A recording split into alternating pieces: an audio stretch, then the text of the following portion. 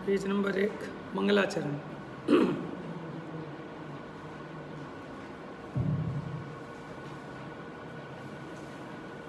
नमो अरिहंताणं नमो सिद्धाणं नमो आयरीयाणं नमो वज्रायाणं नमो लोये सवसाहुणं। स्वपर भाव विभाव का ज्ञाता सम्यक ज्ञान, ऐसे सम्यक ज्ञान को नमो चित्त धर ध्यान। उसके धारक पंच गुरु अरहंत सिद्ध अरसूर, उपाध्याय सब साधु पद नमत होय अघचूर। नमो वीर जिन जगत गुरु गणधर गौतम धीर, जिन दर्शाए तत्व सब स्वपर भाव युत वीर। सप्त तत्व में जीव ही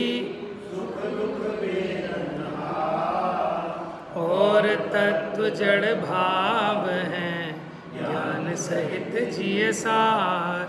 जीव भाव 53 कहे पंच भाव सामान, उनका वर्णन करत ये भाव दीप श्रुत जान। ये ग्रंथ का नाम भाव दीपिका, यानी हमारे भावों का प्रकाशन करने वाला ग्रंथ है। ठीक है, अब भाव हमारे हैं और दिखाना पड़ेगा किसी दूसरे को, क्योंकि हम इतने अज्ञानी हैं कि अपने अच्छे और बुरे भावों का भी हमें परिज्ञान नहीं है कि कौन से भाव हैं, कौन से भाव उपादेय हैं, कौन भाव सुखरूप हैं, कौन भाव दुखरूप हैं, इसका भी जीव को परिचय नहीं है। तो उसका विशेष परिचय कराने के लिए ये आचार्य देव ने भाव दीपिका ग्रंथ लिखा। देखो आप, अब ये पंडित जी ने लिखा है, क्या है, पंडित दीपचंद जी कासलीवाल, तो कोई अपने घर से नहीं लिखा। आचार्यकृत जितने माने पुराण हैं, करणानियोग के ग्रंथ हैं, उनमें जहाँ जहाँ जो जो वर्णन आया उसको उन्होंने आत्मसात किया।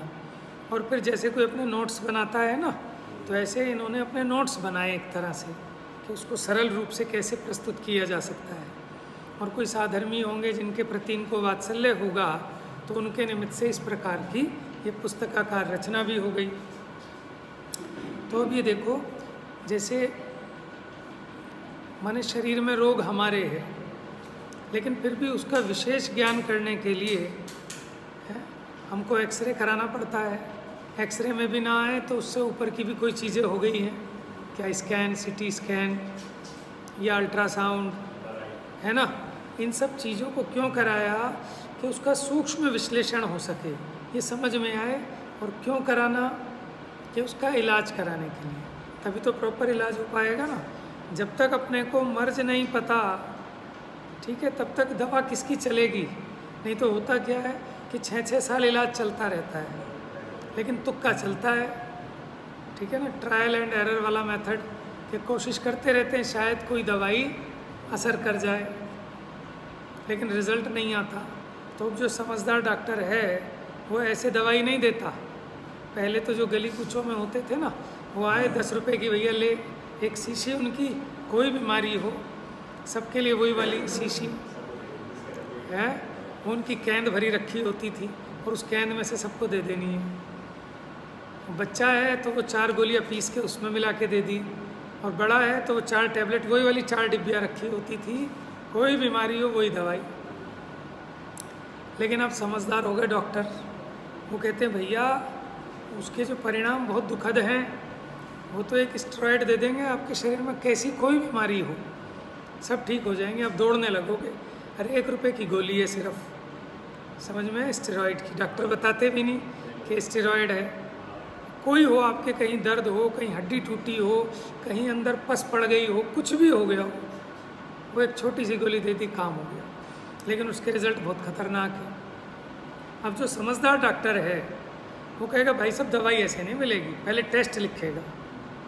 हालांकि अभी हम उस चीज़ पे नहीं जा रहे कि ये इनका धंधा है पैसा कमाने का, लेकिन फिर भी हम तो उदाहरण के रूप में ले रहे हैं, क्योंकि आपने कहाँ काम करना है, क्या बीमारी है, किसकी दवाई देनी है, क्या प्रॉब्लम है, जब तक उसका निदान नहीं करोगे, जब तक डायग्नोज नहीं करोगे, तो आप दवाई काहे की दे रहे हैं।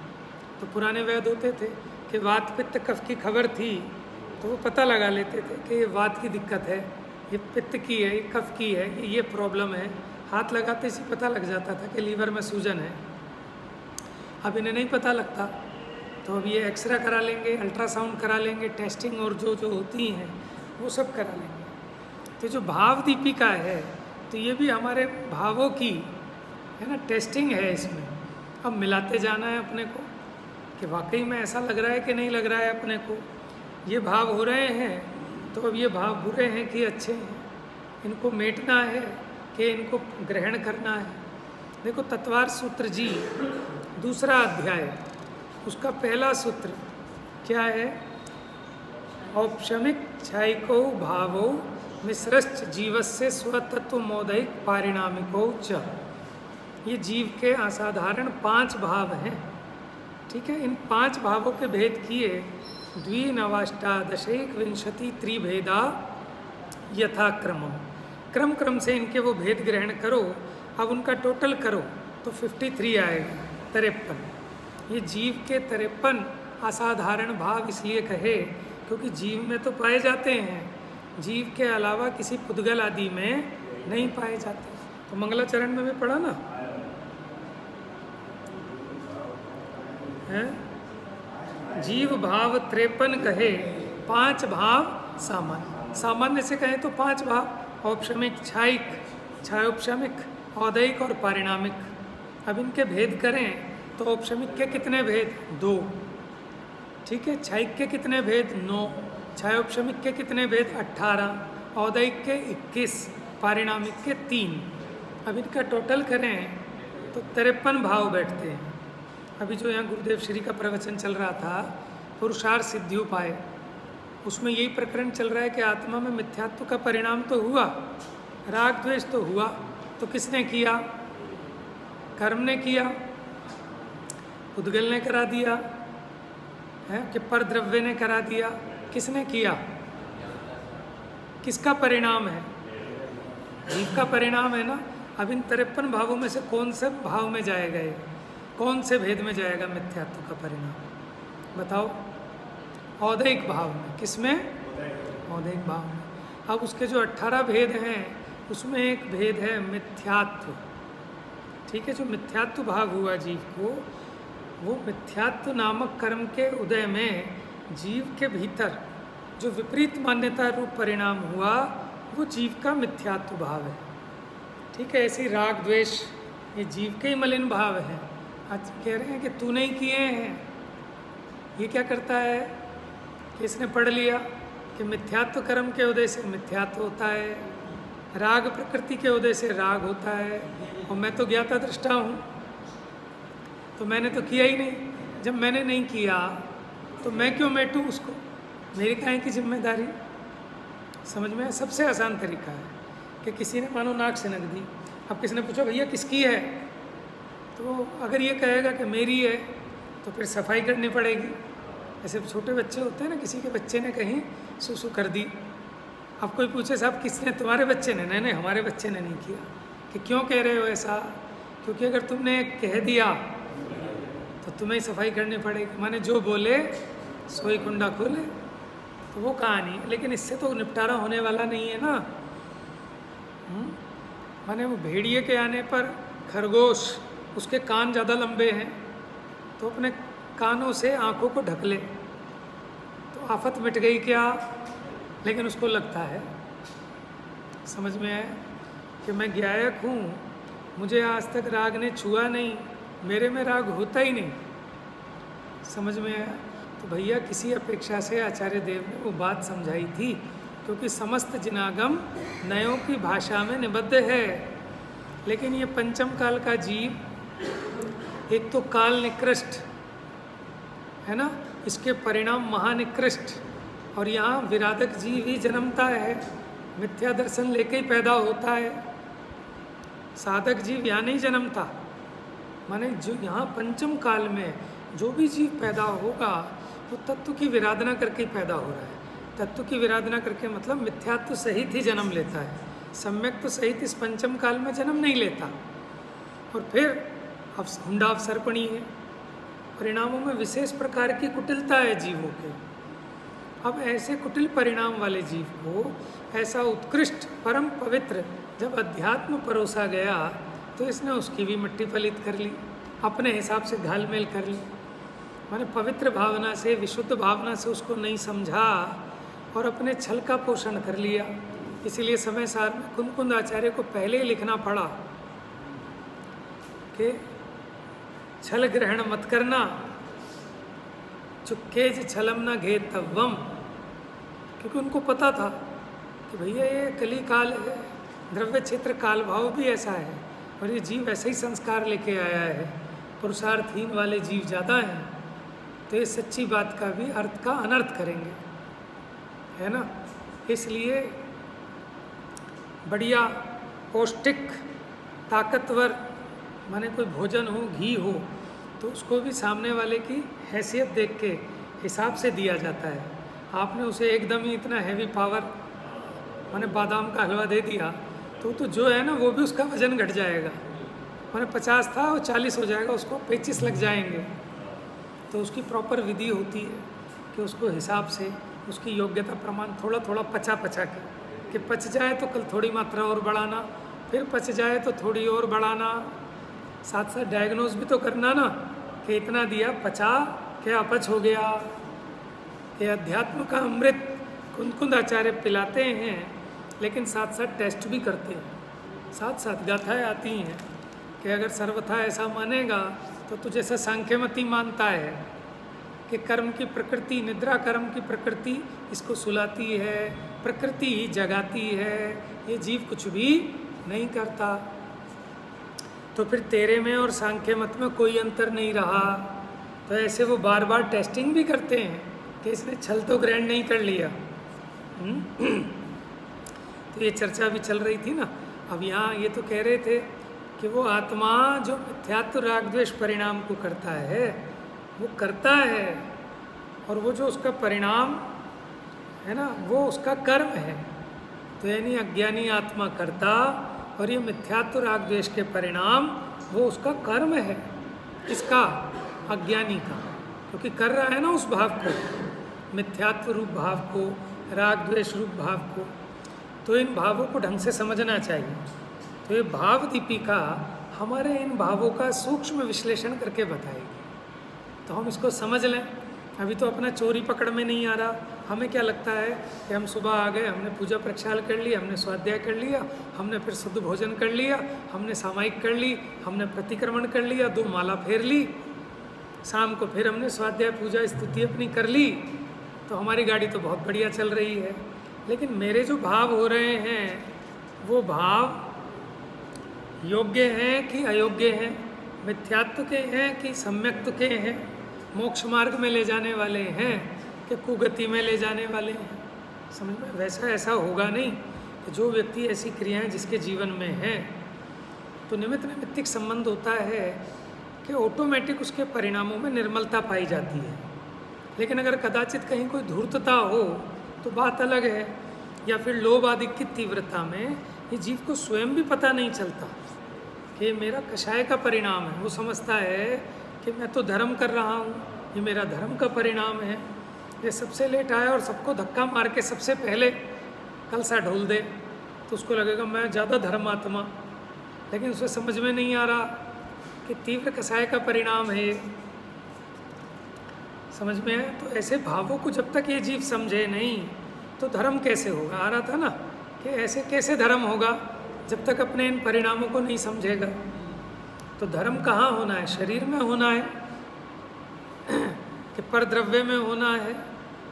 ऐसी वो अधर्म को कह रहे थे अभी कि अधर्म कहाँ है? शरीर में है, परद्रव्य में है, कर्म में है, कि अपने परिणामों में है। तो अपने परिणामों में अधर्म है अपने परिणामों में ही धर्म होगा, इसलिए अपने परिणामों का सूक्ष्म विश्लेषण अनिवार्य है। इसी का नाम तो प्रतिक्रमण है, इसी का नाम सामायिक है ना। 2 घड़ी निजनाथ के नज़दीक तो आओ, और अपनी प्रभुता भी देख लो और अपनी पामरता भी देख लो कि तेरा स्वरूप ऐसा है और तू क्या हरकत कर रहा है। जीव को विचार तो करना चाहिए ना खुद ही, कि लोग मुझे मुमुक्षु कहते हैं, मैं 2 टाइम का स्वाध्याय भी करता हूँ, लेकिन देखो मेरी परिणति कैसी है, मुझे कहाँ सुख भासित हो रहा है, मैं क्या बेईमानी कर रहा हूँ, क्या मैं छल कपट कर रहा हूँ, मेरे लोभ की इतनी तीव्रता। अब ये बात कोई दूसरा नहीं कहेगा, हमें स्वयं को देखनी है, तभी तो सुधार होगा। और हम अपनी कमी देखते ही नहीं, हम तो अपनी कमर ठोकते रहते हैं, और सामने वाला भी भाई साहब आपका बढ़िया है, आप तो भैया हम भी यही सुनना चाहते हैं, है ना। तो क्या कहते हैं कि चने के झाड़ पे सामने वाला भी चढ़ा रहा है, क्योंकि हम भी चढ़ना चाहते हैं। तो हमें क्या लगता है कि हम तो भैया धर्मात्मा हैं, हमारा तो कल्याण हो ही गया। लेकिन ज़रूरी है कि अपनी मनमर्जी से नहीं, आगम के आलोक में, है ना, गुरु की सन्निधि में हमें अपने सूक्ष्म भावों का अपने आप आत्म मूल्यांकन करना चाहिए। क्योंकि गुरु नहीं है, गुरु होते तो वो धमकाते, डांटते, ठीक है। अब ये जीव पहले तो गुरु है नहीं, और कदाचित मिल जाएं तो ये उनसे दूर भागता है। क्यों? कि मेरी कमियां निकाल देंगे, कमियां निकाल देंगे तो कुछ घट जाएगा, अरे कमियां निकल जाएंगी तो कुछ बढ़ जाएगा। लेकिन हर जीव, माने अगर कोई ऐसा व्यक्ति हो कि जो आपकी जब मिले आपकी कमी निकाले, तो आप उससे बच के निकलोगे आँख बचा के। और कोई ऐसा व्यक्ति हो कि जब मिले आपकी प्रशंसा करे, तो आप देखो अपनी परिणति, आप ज़बरदस्ती उसको छेड़ के चलोगे, हाँ जी भाई सब क्या हाल है, क्योंकि आपको पता है कि वो आपकी प्रशंसा करेगा। और जो व्यक्ति आपकी कमी बताएगा, आप उससे बच के निकलोगे, बात नहीं करोगे, जहाँ देख लोगे रास्ता चेंज कर लोगे। क्यों? क्योंकि हम कमी निकालना नहीं चाहते। अब समझ में आया? लेकिन भैया कमी नहीं निकालेंगे तो अपना ही नुकसान है। चलो भले सामने वाले से अच्छा नहीं लगता आपको, तो खुद ही अपने आप समझ लो, ऐसा काम ही क्यों करते हो कि सामने वाला टोके। कि आप अपने आप ही देखते रहेंगे ना, तो वो कमियां इतनी नहीं बढ़ेंगी कि बाहर वाले को दिखें। बाहर वाले को कब दिखती हैं?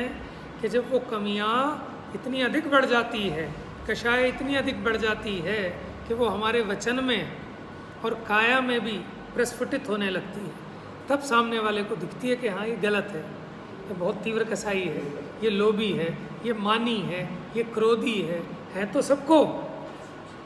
लेकिन जिसकी तीव्र होती हैं उसकी पकड़ में आ जाती है, जिनकी मंद होती हैं वो बाहर वाले को नहीं दिखती। लेकिन हम स्वयं तो देखें ना, क्योंकि वो मंद कषाय भी, टोडरमल जी कहते हैं मिथ्यात्व बैरी का अंश भी बुरा है। कि इतना सा बच गया बस, जैसे कैंसर का कोई परमाणु, तो कोई इतना सा रह गया, बाकी तो सारा साफ हो गया। ना भैया ना, वो ही कर देगा काम, ठीक है ना। कांच चुभा था, सारा तो निकल गया भाई साहब, वो एक जरा सा रह गया। अरे नहीं भाई साहब, जहर फैल जाएगा, उसको भी निकालो। फांस तनकसी तन में सा, तो जरा सा भी जो दोष है वो उपादेय नहीं है, हे, ठीक है। हम कैसे कंपैरिजन करते हैं? अरे उससे तो बढ़िया है, उससे तो बढ़िया है, उससे तो बढ़िया है, कि ये मार्ग नहीं है, ठीक है। उससे ऐसे कंपैरेटिव नहीं है कि उससे बढ़िया। ठीक है, आपके प्रमोशन के लिए, आपको प्रमोट करने के लिए कहते हैं कि भाई साहब आप तो बहुत अच्छे हो, जो मंदिर ही नहीं आते उनसे तो क्या क्या, आप मंदिर तो आ रहे हो, यही आपका धन्यवाद है। अब हमने इतना बड़ा मंदिर बनवाया, ये बना, आप आ गए तो आपने बड़ा उपकार किया, ठीक है, उसको प्रमोट करने के लिए। लेकिन अब वो यही मान के बैठ जाए कि मैं एहसान कर रहा हूँ इन ट्रस्टियों पे कि मैं स्वाध्याय भवन में आ रहा हूँ, तो उसको फिर आगे विचार करना चाहिए, है ना। चलिए, अब इसमें से मैं ले रहा हूँ औदैहिक भाव अधिकार, उसमें भी मिथ्यात्व भाव अंतराधिकार, ठीक है। पेज नंबर 27 निकालिए आप।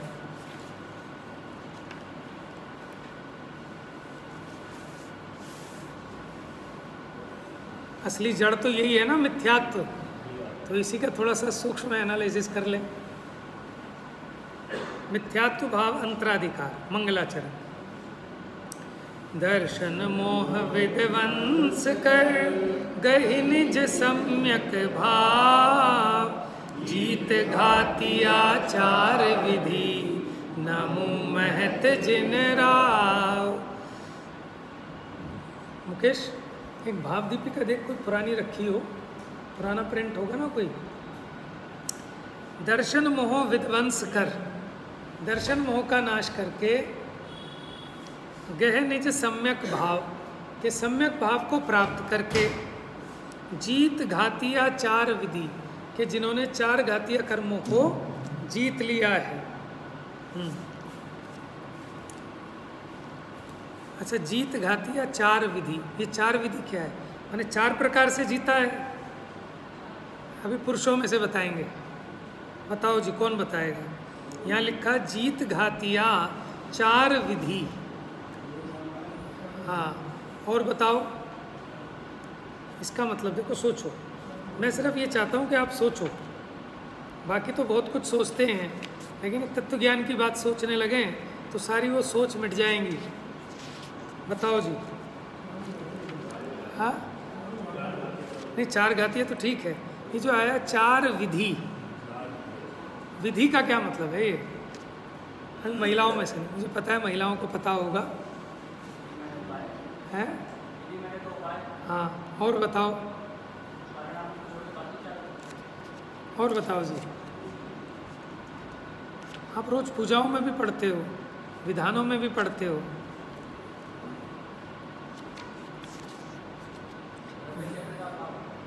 यहाँ विधि का मतलब है, विधि माने होता है कर्म। विधि माने क्या होता है? कहते हैं ना भैया विधि का यही विधान है। विधाता कौन है? विधाता एक कर्म ही है कि आयु कर्म का नाश हो गया इनके, इसलिए मर गए। तो कहते हैं भैया यही विधि का विधान है, विधाता के आगे किसी की नहीं चलती। तो कौन है? विधि माने कर्म। छह डाला में जगह जगह आया, याद है कोई छंद? विधि दवदा क्या है? मुझे क्लिक नहीं कर रहा। आपकी पूजाओं में भी बहुत आता है विधि शब्द, वो है ना, चौकानन विधि धयो पुनि घाति शेष अघाति विधि, तो वहाँ भी आया विधि माने कर्म। तो चार घातिया, जीत घातिया चार विधि माने घातिया जो चार विधि माने चार कर्म हैं। कौन कौन से? ज्ञानावर्णी, दर्शनावर्णी, मोहनीय, अंतराय। ठीक है। देखो समस्या क्या है कि हम पे बुद्धि बहुत है, लेकिन हमारी बुद्धि है यूटिलाइज नहीं हो रही, तो फिर उसका मिसयूज़ हो रहा है। हम यही तो कहते हैं ना कि सब हम पढ़ तो लेते हैं, सुन तो लेते हैं, लेकिन हम दुकान पे गए, घर में गए, यहाँ गए, वहाँ गए, फिर उपयोग में कुछ नहीं चलता। उपयोग में क्या चलता है? वही पैसा है, और माने लेन देन, किसी की भलाई बुराई, घर गृहस्थी के काम, परिग्रह जोड़ना घटाना, ये सब चलता है, ये नहीं चलता। तो उसके लिए बुद्धिपूर्वक इन विषयों को थोड़ा सा सीखेंगे, समझेंगे, तो हमारी बुद्धि जब यहाँ लगेगी तो उसकी दिशा परिवर्तित हो जाएगी। अभी हम यहाँ बैठे हैं, लेकिन बुद्धि में वही चलता रहता है, सब हिसाब किताब। तो अब ये हो कि हिसाब किताब के टाइम भी वो बात आ जाए, तब है ना मज़ेदारी। हाँ, सर्व ही अरहंत ने विधि नष्ट की ने, जिस विधि सबको बताई वह विधि हो, नमन उनको सब विधि। सब ही अरहंत ने विधि नष्ट की ने, जिस विधि, विधि नष्ट की, विधि माने कर्म नष्ट किए, जिस विधि माने जिस तरीके से, जिस उपाय से, समझ में? विधि के सबको बताई वही विधि हो, नमन उनको सब विधि। सब प्रकार से नमस्कार। विधि माने प्रकार भी होता है, विधि माने उपाय भी होता है, विधि माने कर्म भी होता है। तो यहाँ विधि का मतलब कर्म है। हाँ जी, अब किसको नमस्कार किया? अच्छा ये बताओ, इस छंद में किसको नमस्कार किया? सब बताओ अपना अपना विचार। हाँ जी, अपनी शुद्ध आत्मा को, क्योंकि मुमुक्षुओं में तो सबसे आसान बात है कि हर जवाब में यही होगा शुद्धात्मा। शुद्धात्मा में सभी आ जाते हैं, शुद्धात्मा में पांचों परमेष्ठी भी आ गए, मैं भी आ गया, आप भी आ गए। लेकिन अब हम पूछ रहे हैं कौन से शुद्धात्मा को, कि मैं शुद्धात्मा को, कि अनंत को, कि सिद्ध को, ये बताओ ना विशेष, देख के बताओ। आप कह रहे हैं दर्शन मोह विध्वंस कर, जिन्होंने दर्शन मोह का नाश कर दिया है और सम्यक भाव को प्राप्त कर लिया, जीत घातिया चार विधि, चार घातिया कर्मों को जीत लिया है। नमु महत जिन राव, ऐसे उन महत महान जिन राज को मैं नमस्कार करता हूँ। बताओ, हरिहंत भगवान, क्योंकि सिद्धों ने तो आघातियाँ भी जीत ली और हम इनको क्यों कर रहे हैं? तो भैया हमारा प्रयोजन तो इन्हीं से सिद्ध होना है। हम किसकी चापलूसी करते हैं? जिससे अपना कार्य सिद्ध होना हो। ये तो माने कोई इसमें गलत बात नहीं है भाई, जहाँ अपना काम सिद्ध होना है वहीं तो करेंगे। जहाँ काम सिद्ध नहीं हो रहा वहाँ मेहनत करने से क्या लाभ? तो सिद्ध भगवान तो आपको उपदेश देंगे नहीं, उपदेश तो अनंत भगवान का मिलना है। साक्षात आपको दर्शन तो अनंत प्रतिमा के, अनंत भगवान के होने हैं। इसलिए अभी हम तो बनिए हैं ना, हमारी नमस्कार भी फ्री में नहीं होती, ये नमस्कार भी बड़ी महंगी है। दूसरे लोग कहते हैं भाई साहब इन बनियों के तो नमस्ते भी बड़ी महंगी पड़ती है। समझ में, एक लस्सी तो पिला देंगे अपनी दुकान पे बिठा के, लेकिन इनकी लस्सी बड़ी महंगी पड़ेगी। वो 50 रुपये वाली लस्सी 500 रुपये की पड़ेगी। समझ में आया? तो नाम ही इनका बनिए है, बिगड़िए थोड़ी है कि इसलिए बने। समझ में, बनिए माने समझदार आदमी। समझ में आया? तो प्रयोजन के हिसाब से काम करने वाला। तो किसको नमस्कार किया? अनंत भगवान को, है ना। और किस मुख्यता से किया? कि भगवान आपने मिथ्यात्व का नाश कर दिया है, मैं आपके इस गुण पे रीझा हूँ, तो मुझे भी आप बताओ ना कि आपने कैसे नाश किया, ये क्या है मिथ्यात्व, इसका स्वरूप बताओ। तो भगवान की दिव्य ध्वनि में अब मिथ्यात्व भाव का क्या स्वरूप आया, उसको यहाँ पंडित दीपचंद जी कासलीवाल ने मैंने बड़ा गजब का निरूपण किया है। और करणानियोग तो है ही, करणानियोग के साथ साथ चरणानियोग मिक्स है, मैंने जीव के परिणामों की स्थिति बताई है। और ये दीपचंद जी कासलीवाल को आप कम मत समझना, आप इनका अध्यात्म समझ के बता दो, मैं मान जाऊंगा। माने जो कोई कहता है ना हम तो अध्यात्म पढ़ेंगे, अध्यात्म पढ़ेंगे, तो इनका एक ग्रंथ है, कौन सा?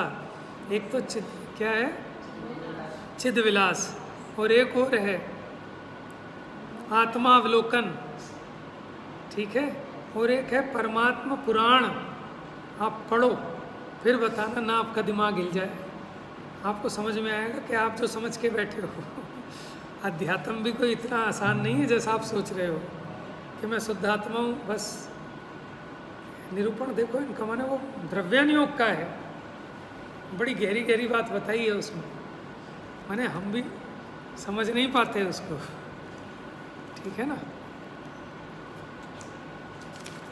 देखिए मैं तो ढूंढारी से ही पढ़ूंगा, क्योंकि असली मज़ा तो ढूंढारी में ही आता है। जिस भाषा में उन्होंने लिखा, माने वो ओरिजिनल भाषा है ना, उसका मज़ा ही अलग है।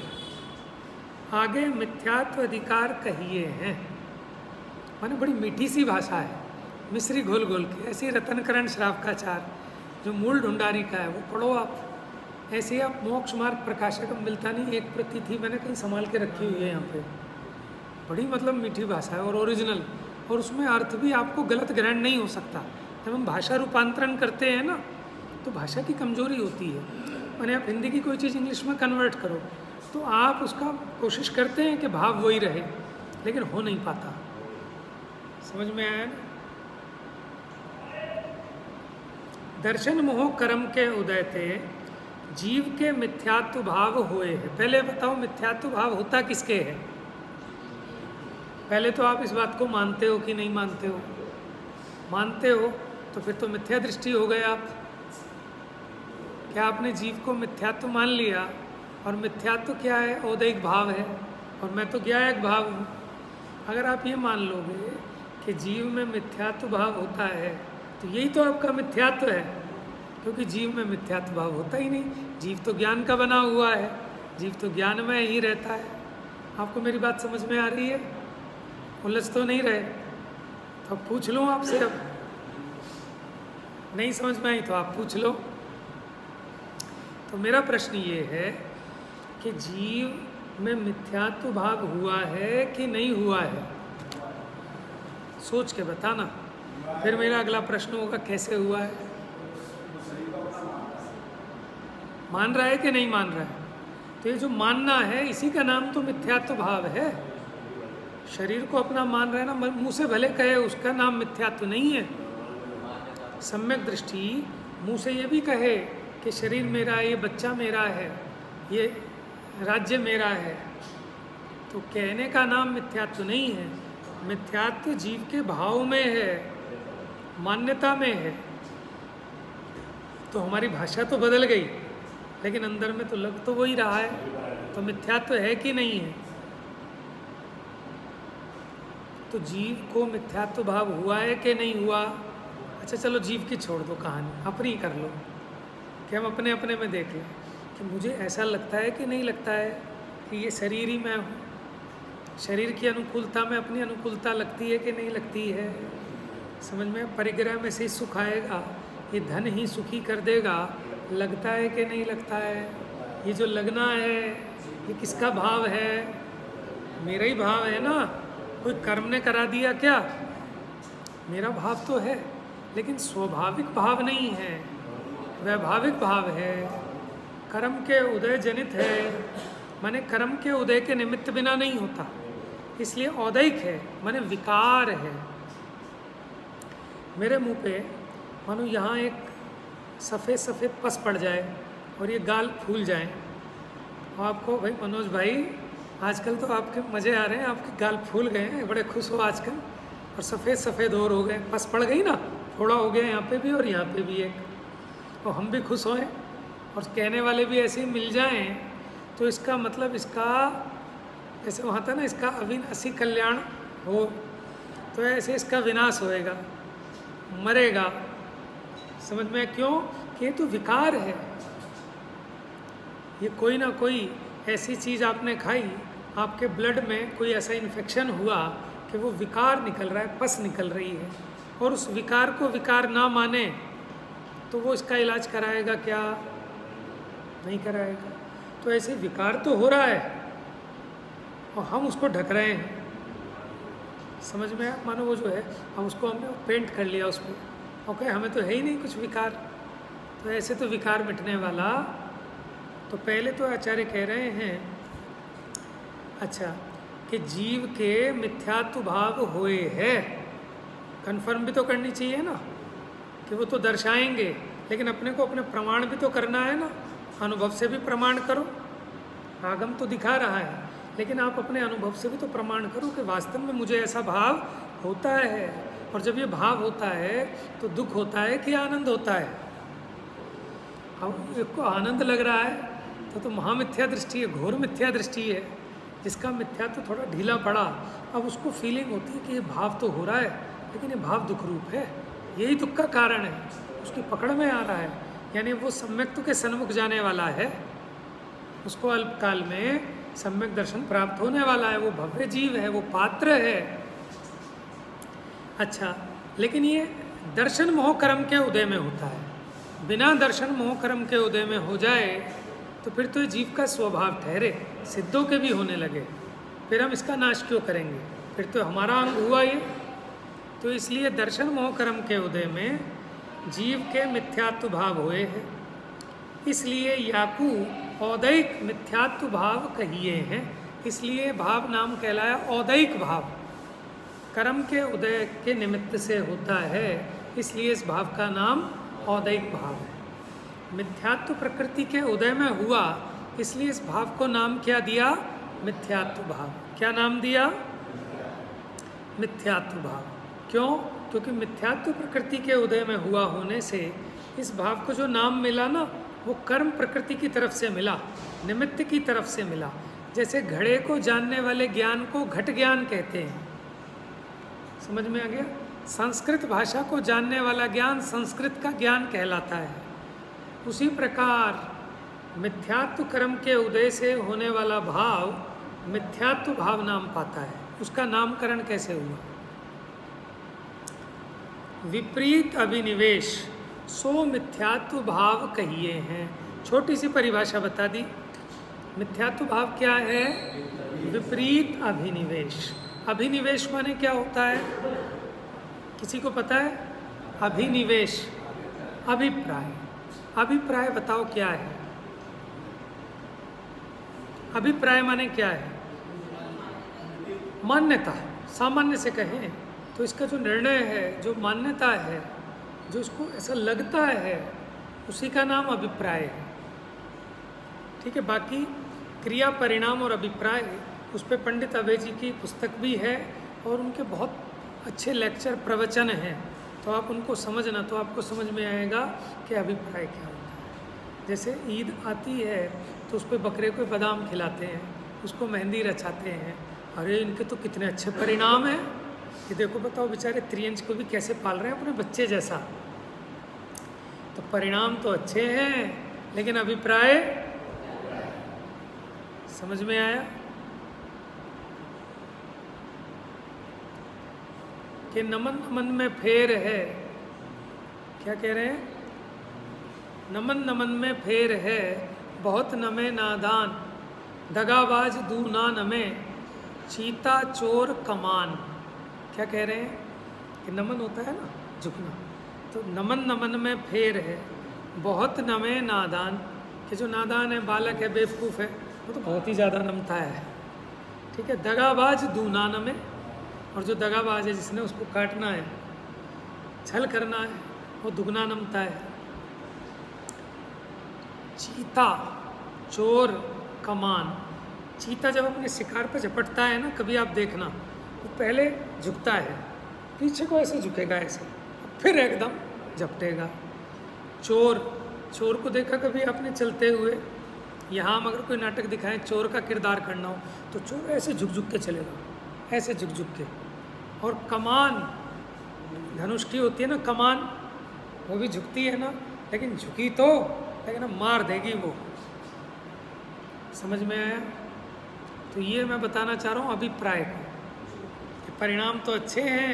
अरे भाई साहब, ये तो बहुत सज्जन है, ये तो बहुत धर्मात्मा है, कि जहाँ मिले वहीं, अरे साहब जय जिनेंद्र, जय जिनेंद्र है, लेकिन वो अंदर से पूरा बेच खाए उसको। तो परिणाम तो अच्छे दिख रहे हैं, ठीक है, लेकिन अभिप्राय में क्या है उसके? तो है मुंह में राम, क्या है? दगाबाज। लंबा तिलक, माधुरी वाणी, दगाबाज की यही निशानी। समझ में आया? तो इसलिए अब यहाँ उस अभिप्राय पे जोर है कि अंदर में अपने को क्या अभिप्राय चलता है। वो मिथ्या रूप जो अभिनिवेश है, रेत में से तेल निकाल लूँगा, ये सम्यक अभिप्राय है कि मिथ्या अभिप्राय है? क्योंकि उनमें तेल है ही नहीं, निकालोगे कहाँ से? पानी को भिगोकर मक्खन निकालने की जो कल्पना है, वो कैसा अभिनिवेश है? विपरीत अभिनिवेश। समझ में आया? कि मेरी जो बीवी है, इसने दुखी कर दिया, इसको तलाक दे के दूसरी बीवी लाऊंगा, वो सुखी कर देगी। ये कैसा अभिनिवेश है? विपरीत अभिनिवेश है। कि बीवी में से तेरा सुख कहाँ से आएगा? है? पहले कहा, अरे वो बेचारी खुद ही सुखी हो जाए, वही बहुत है, वो खुद ही दुखी है, तेरे को कहाँ से सुखी करेगी? समझ में आया? जड़ पदार्थों में सुख नाम का गुण नहीं है, उनमें से सुख कैसे निकालोगे? तो ये सब क्या है? विपरीत अभिनिवेश। लेकिन भीतर में यही अभिनिवेश निरंतर चलता है कि मेरे को यहाँ से सुख हो जाएगा, वहाँ से सुख हो जाएगा। तो जब तक हम इसके बारे में ठोस तत्व ज्ञान नहीं होगा, पोला पोला नहीं चलेगा कि सुन लिया, हाँ जी हाँ जी। क्या है वो सुनाते हैं ना कि पंचों की बात सर माथे, लेकिन पतनाला। तो ये तो यही ना कि साहब हाँ सबकी कहना, करना अपनी मर्जी की, कि हम तो हाँ तो सबकी भर लेते हैं, लेकिन करते अपने मन की है।